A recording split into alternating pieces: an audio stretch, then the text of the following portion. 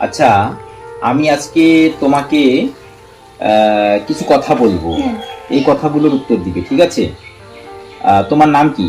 আমার নাম queen sargam. Queen sargam. তুমি স্কুলে যাও? স্কুলে যাও? হ্যাঁ।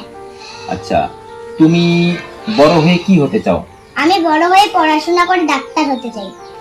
তুমি ডাক্তার হয়ে কি করবে? ডাক্তার হয়ে আমি মানুষের ফ্রিতেই চিকিৎসা করে দেব।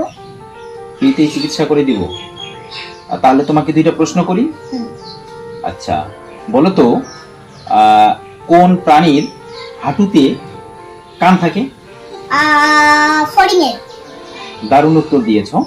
তোমাকে আরেকটি প্রশ্ন করি। বলো তো, কোন প্রাণী চোখ দিয়ে নিঃশ্বাস নেয়? চোখ দিয়ে।